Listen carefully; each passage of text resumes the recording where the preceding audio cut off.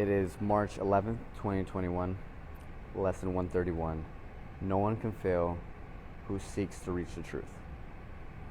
So I was just going to say that was the whole lesson in itself, but I found this passage by Eckhart Tolle in A New Earth that I thought was very interesting. So it says, awakening is a shift in consciousness in which thinking and awareness separate.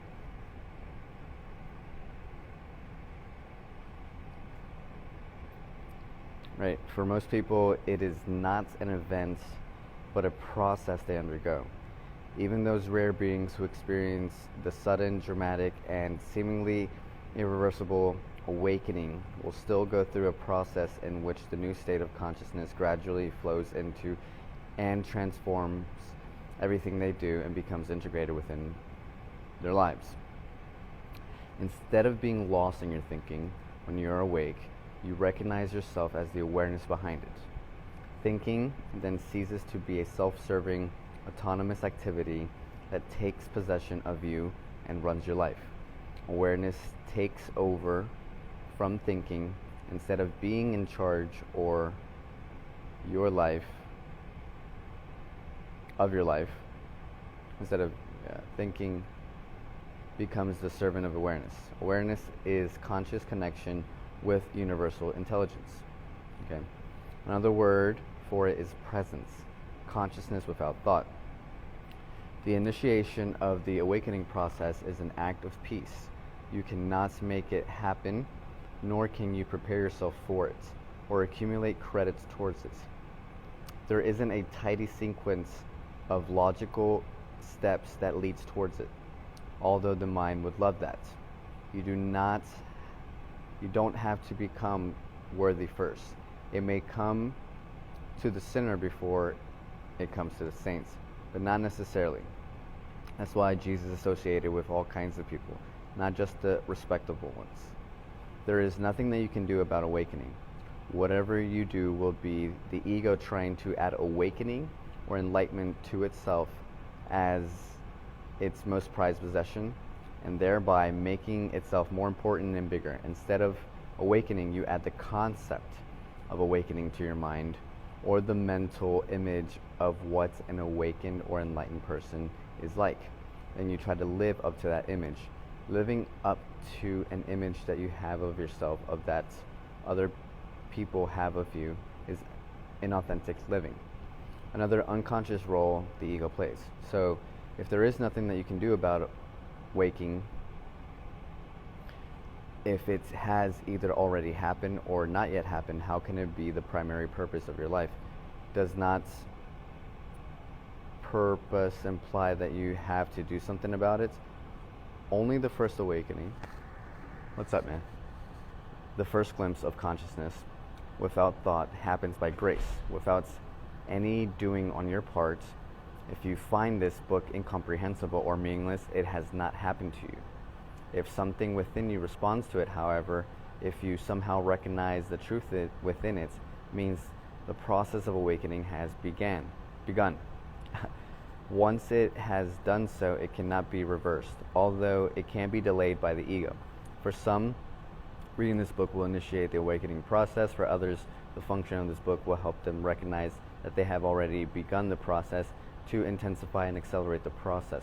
Another function of the book is to help people recognize the ego within them whenever it tries to regain control, obscure the arising awareness. For some, the awakening happens as they suddenly become aware of the kinds of thoughts they habitually think, especially persistent negative thoughts that they have been identified with all their lives. Suddenly there is an awareness that is aware of the thoughts but not a part of it.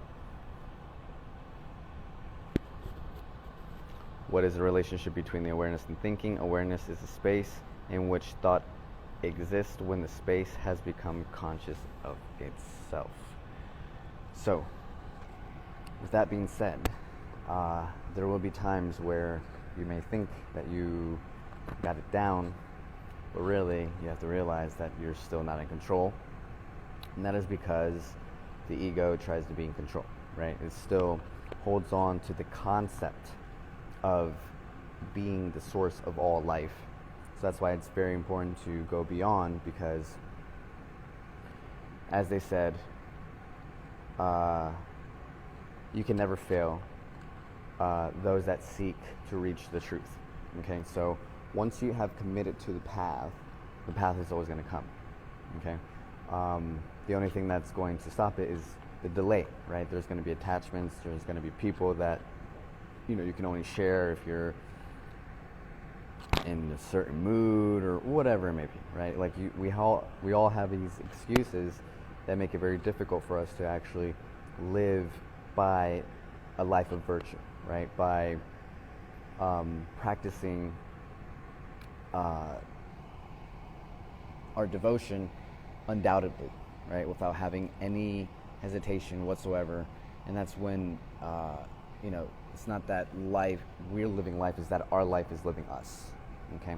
So we switch that role because now we're understanding what is being observed and who is the observer.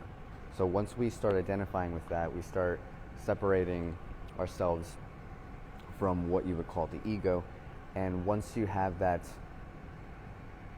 moment, you have your satori moments, you have your samadhi moments, you have your fully present moments, you start to see, okay, this was like everything that, like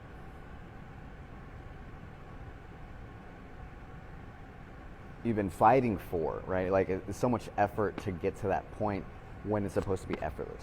And you're like, wow, how did I make this so difficult for myself? And it's because you keep trying to think that you're supposed to earn this. It's not something that you earn. It's just by, the grace of God. It's by understanding that you are at the right place, right time. And when you start recognizing that, then all the sequence of events are going to show you that you are at the right place, right time. Okay? So take that consideration. Understand that you are going through this process of awakening. Okay? You made it this far, 131 days with me. By all means, good. Okay? If you haven't and you're tuning in, good. If you are not tuning in, good, right? Because it's all part of the process. There are going to be people that are part of the process and people that aren't, right? So if you're doing your work, being aware, and just being kind to yourself, because again, that's really where it comes down to. When you're forgiving of yourself and others, that's when you start to heal, and that's when you let go of all that stuff, right? You let go of all the grievances and the mishaps and all that energy that you have wasted so much on trying to fulfill this identity. It disappears, and then guess what? You have all that energy to create something so much more profound, so much more beautiful, so much more healing, so much more loving. Okay, so that's all I have for you guys. Yes. Peace.